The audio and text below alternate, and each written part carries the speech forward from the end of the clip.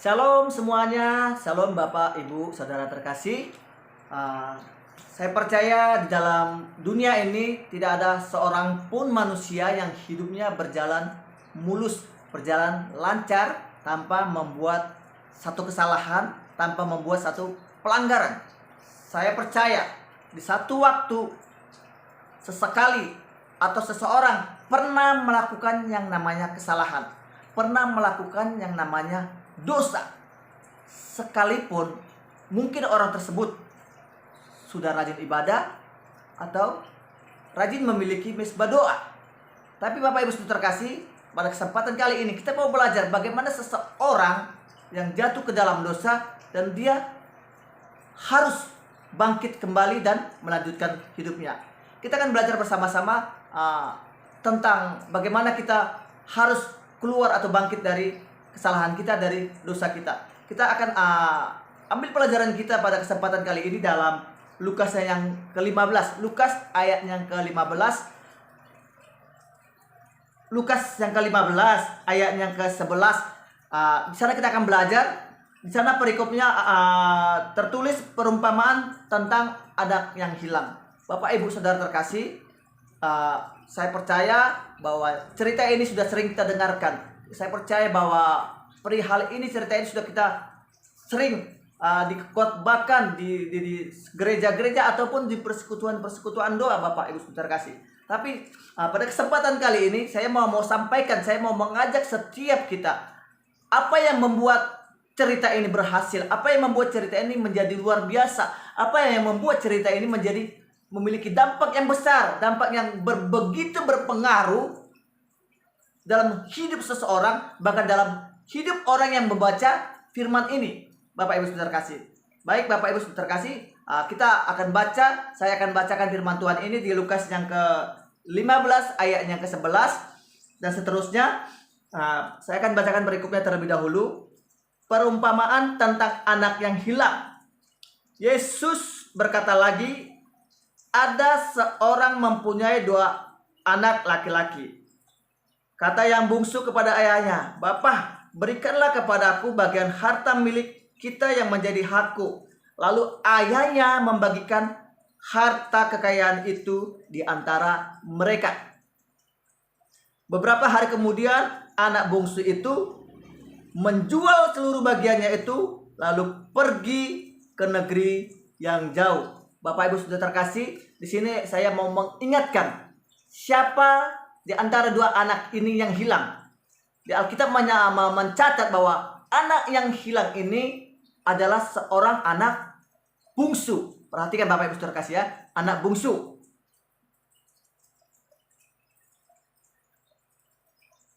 Tadi ayatnya ke-13, beberapa hari kemudian anak bungsu itu menjual seluruh bagiannya itu, lalu pergi ke negeri yang jauh. Di sana ia memboroskan harta miliknya itu dengan hidup berfoya-foya. Ternyata anak bungsu ini setelah mendapat bagian dari ayahnya, dia menjual semua bagiannya itu dan dia pergi ke negeri orang, bahkan dikatakan di negeri yang jauh dia berfoya-foya. Dan di ayat selanjutnya, setelah dihabiskannya semuanya itu, timbullah bencana kelaparan di dalam negeri itu dan ia pun mulai melarat. Di sini ceritanya, awal mula ceritanya, di mana seorang anak bungsu sudah mendapat harta bagiannya, tetapi dia melakukan kesalahan. Dia melakukan dosa kepada orang tuanya, melakukan kesalahan kepada orang tuanya. Dengan baik orang tuanya memberikan bagiannya kepada anak bungsu tersebut. Tapi apa yang terjadi? Apa yang dilakukan anak bungsu itu? Dia melakukan dosa. Dia menjual harta atau dia menjual bagiannya itu. Kemudian dia pergi berfoya-foya menghabiskan harta atau bagian yang sudah diberikan orang tuanya kepadanya. Di sini satu pelanggaran atau dosa yang dilakukan seorang anak bungsu. Ini awal mulanya, Bapak Ibu Saudara terkasih. Kemudian apa yang terjadi? Setelah uang tersebut habis, dan ternyata terjadi namanya kelaparan. Bayangkan Bapak Ibu Saudara kasih, berpoya-poya, uang habis, dan di negeri di mana dia tinggal mengalami namanya kelaparan. Bayangkan betapa sulitnya, betapa dramatisnya, betapa pahitnya penderitaan yang harus dialami anak bungsu tersebut. Dan apa yang terjadi? Dan ini menyebabkan anak bungsu tersebut bagaimana dia harus melanjutkan hidupnya, bagaimana dia harus bisa makan di tengah-tengah tidak punya uang, di tengah-tengah kondisi mungkin saya katakan negara atau tempat dia tinggal saat itu dalam kelaparan. Apa yang dia harus lakukan? Dia memutuskan dia harus bekerja. Di sana dikatakan di ayat yang ke-15, 14, setelah dihabiskan semuanya itu timbullah bencana kelaparan di dalam negeri itu dan ia pun mulai melarat. Di ayat yang ke-15, lalu ia pergi dan bekerja pada seorang majikan di negeri itu. Orang itu menyuruhnya ke ladang untuk menjaga babinya. Dan yang terjadi, anak bungsu yang tadi kaya tersebut, yang sudah menghabiskan uang atau warisan orang tuanya dengan berfoya-foya dan tidak bisa makan, dia harus bekerja, ikut orang untuk mengurus babi. Dan ketika apa yang terjadi ketika dia disuruh mengurus babi, apa yang terjadi Bapak Ibu Saudara kasih? Dia ayat yang ke-16, lalu ia ingin mengisi perutnya. Ternyata anak bungsu tersebut kelaparan. Dan dia memiliki keinginan ingin mengisi perutnya dengan apa? Dengan ampas yang menjadi makanan babi itu. Bayangkan Bapak Ibu Saudara kasih, kelaparan itu bisa mengubah pikiran seseorang. Kelaparan itu bisa membuat seseorang melakukan apapun. Seharusnya makanannya bukan makanan babi, tetapi ketika di dalam kelaparan dia mau memakan makanan babi. Tapi apa yang terjadi? Tidak semudah yang dia pikirkan, tidak semudah yang dia bayangkan. Sekalipun hanya makanan babi, ternyata di ayat selanjutnya mengatakan, tetapi tidak seorang pun yang memberikannya kepadanya. Lihat Bapak Ibu Saudara kasih, kelaparan sampai rela harus memakan makanan babi, tapi seorang pun gak mau memberikan hal tersebut kepada anak bungsu tersebut.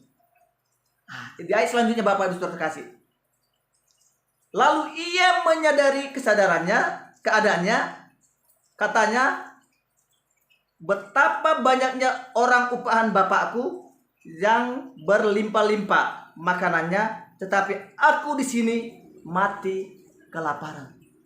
Ini Bapak Ibu Saudara kasih, ayat luar biasanya cerita ini. Kenapa firman Tuhan ini, cerita ini menjadi luar biasa? Kenapa ayat firman Tuhan ini menjadi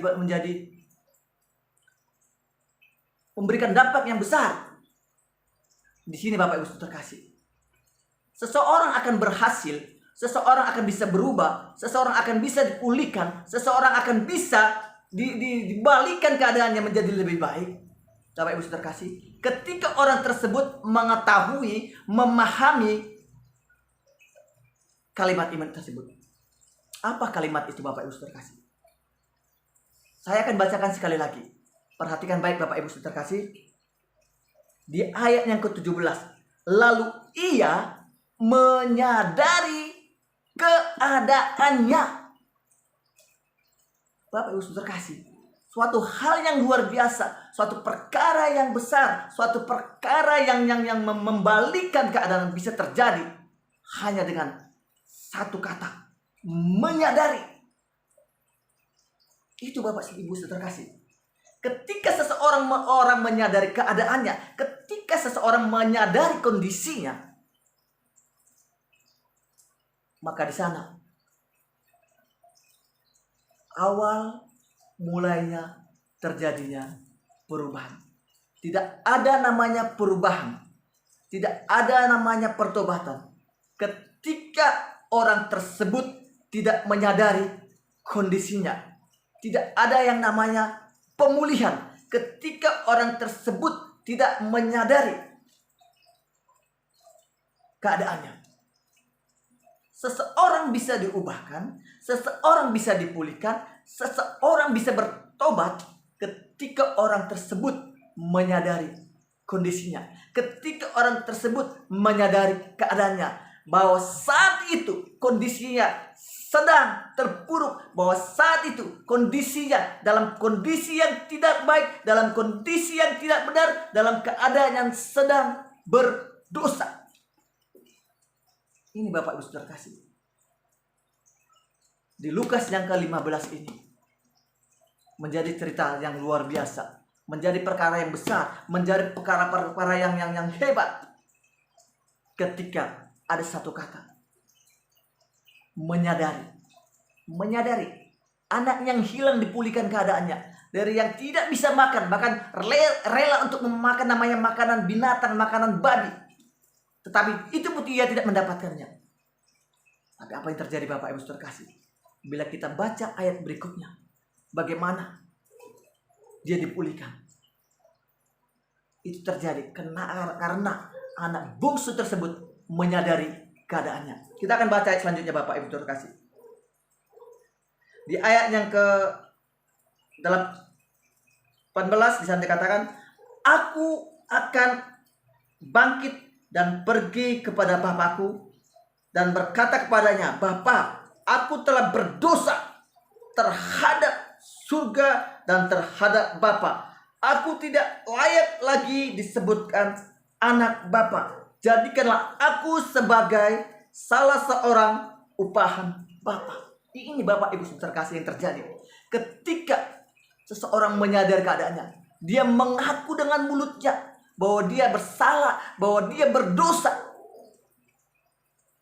Di sana awal mulanya terjadi pemulihan. Di sana awal mulanya terjadi namanya pembalikan keadaan, pembalikan kondisi dari yang namanya melarat, dari namanya menderita, dari namanya kondisi atau dalam kekelaman. Perubahan itu terjadi bila orang tersebut menyadari kondisinya, bila orang tersebut mau mengakui keadaannya, bila orang tersebut menyadari dia berdosa, dia bersalah, dan meminta ampun kepada orang yang bersalah, kepada Bapa, baik pun kepada manusia. Dan apa yang terjadi Bapak Ibu Saudara kasih? Dia bertindak. Ketika orang tersebut, ketika anak bungsu tersebut mengakui kesalahannya, dia bertindak, dia akan pergi ke tempat bapaknya, dia akan kembali kepada bapaknya. Demikian kita Bapak Ibu Saudara kasih. Demikian seseorang. Jika seseorang sudah menyadari kesalahannya, mengakui kesalahannya, minta ampun, memohon pengampunan kepada Tuhan, maka perlu namanya satu tindakan. Tindakannya itu kembali kepada Bapa. Tindakan kita kembali kepada Bapa. Apa tindakannya? Hidup dalam penyertaan Tuhan, hidup di dalam naungan Tuhan. Dan apa yang terjadi Bapak Ibu Saudara kasih? Di ayat yang ke-19. Maka bangkitlah ia dan pergi kepada bapaknya. Ketika ia masih jauh, ayahnya telah melihatnya. Lalu tergeraklah hatinya oleh belas kasihan. Ayahnya itu berlari mendapatkan dia. Lalu ia merangkul dan mencium dia. Luar biasa Bapak Ibu Saudara kasih. Luar biasa. Tahu Bapak Ibu Saudara kasih. Ketika seseorang menyadari, mengakui kesalahannya, dosanya. Lihat Bapak Ibu Saudara kasih. Mampu.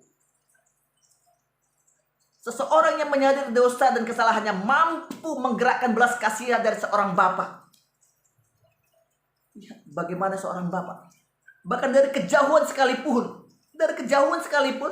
Bapak ini sudah melihat kedatangan anak bungsunya. Lihat kuasa daripada yang namanya menyadari kesalahan. Mengakui dosa. Lihat mampu menggerakkan belas kasihan seorang bapak yang sudah disakiti. Yang sudah dihanati seorang anak. Bahkan bapak ini berinisiatif memiliki tindakan. Jauh sebelum anak itu ada di hadapan bapaknya. Alkitab menulis dari kejauhan. Bapak ini sudah melihat anaknya. Bahkan bapak ini datang. Perhatikan.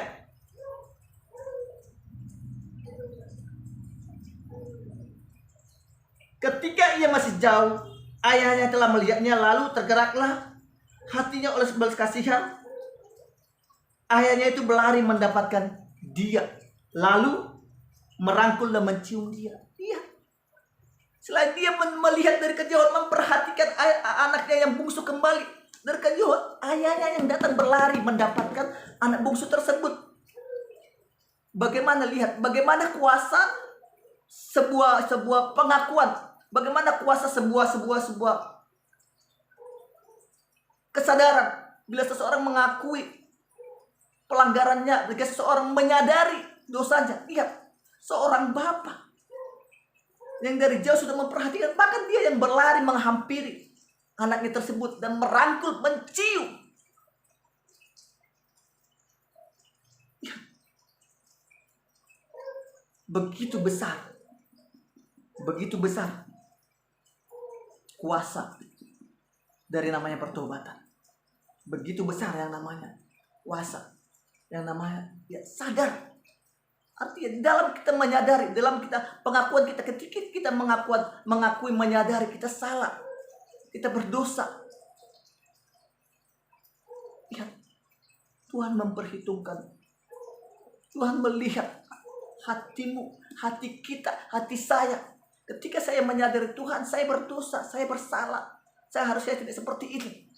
Saya mau kembali kepadamu Tuhan. Saya mau hidup di dalam Tuhan. Saya mau hidup di dalam lindungan Tuhan, di dalam naungan Tuhan, dalam penyertaan Tuhan. Lihat, hal seperti ini menggerakkan hati seorang bapak. Ini yang sedang Tuhan Yesus katakan. Ini yang sedang Tuhan Yesus sampaikan. Ketika seorang manusia, ketika seseorang sadar betul, mengakui betul kesalahan dan dosanya. Lihat, hati bapak, artinya hati Yesus sendiri juga tergerak. Hati Yesus sendiri dijamah, hati Yesus sendiri bergetar. Bahkan ketika kita belum dekat atau belum di hadapan Bapa itu sebut dari kejauhan, Yesus sudah melihat. Ketika kita sudah menyadari dosa kita dan kita mau kembali, Tuhan sudah perhatikan, Tuhan sudah lihat kita. Bahkan dia sudah datang menghampiri kita, dia datang kepada kita. Dia membuka dirinya, memeluk kita, mencium kita. Artinya apa? Memberikan perhatiannya, mencurahkan kasihnya, memberikan segalanya. Atas dimana kembalinya kita kepada Tuhan. Atas dimana kita mau bertobat, mau mengakui kesalahan kita, mau bertobat kembali kepada Tuhan, mau hidup di dalam Tuhan, dalam pelukan Tuhan, di dalam kasih Tuhan. Ini yang luar biasa Bapak Ibu Saudara kasih. Jadi Bapak Ibu Saudara kasih, seseorang akan dipulihkan, seseorang akan mengalami pembalikan keadaan ketika orang tersebut sadar itu mengakui berdosa, mengakui salah dan memohon ampun kepada Tuhan dan kembali kepada Tuhan. Maka Tuhan dari kejauhan sudah memperhatikan kita. Bahkan dia akan berlari menghampiri kita, membuka dirinya untuk memeluk kita, mencium kita, mencurahkan kasihnya. Dia Allah yang terlebih dahulu mengasihimu. Dia Allah yang terlebih dahulu mengasihi saya, mengasihi kita. Dia Allah yang rindu untuk memeluk kita, mencium kita, menyatakan kebaikannya, kemurahannya, kasihnya, semua yang ada padanya. Yang perlu kita lakukan cuma satu. Sadar bahwa kita berdosa, kita salah. Bertobat sungguh-sungguh kembali kepada Tuhan. Jadi Bapak Ibu Saudara kasih, bila saat ini kondisi Bapak Ibu Saudara terkasih sedang melakukan kesalahan atau sedang melakukan namanya dosa, yang harus kita lakukan, yang harus kita perbuat untuk kita boleh menerima pemulihan, untuk kita menerima pembalikan keadaan, yang harus pertama kita lakukan adalah sadar bahwa kita sudah berdosa dan bertobat, memohon ampun dan kembali kepada Tuhan. Baik Bapak Ibu Saudara kasih, bangkitlah. Bangun imanmu, bangun rohmu. Ketika engkau sudah menyadari kesalahanmu, ketika engkau sudah meminta ampun kepada Tuhan, kembalilah kepada Dia. Bahwa Dia Allah yang terbuka bagi setiap kita. Dia Allah yang begitu mengasihi kita. Dia Allah yang begitu peduli akan kita. Dia Allah yang terlebih-lebih lagi rindu menyatakan kasihnya bagi setiap kita. Demikian Bapak Ibu Saudara terkasih yang bisa saya bagikan pada kesempatan kali ini. Mari kita bangkit bersama di dalam Tuhan. Mari kita boleh berlari kepada Tuhan. Kita tinggalkan semua kesalahan kita dan kita mau hidup sungguh-sungguh di dalam Tuhan. Sampai ketemu kembali. Tuhan Yesus memberkati setiap kita.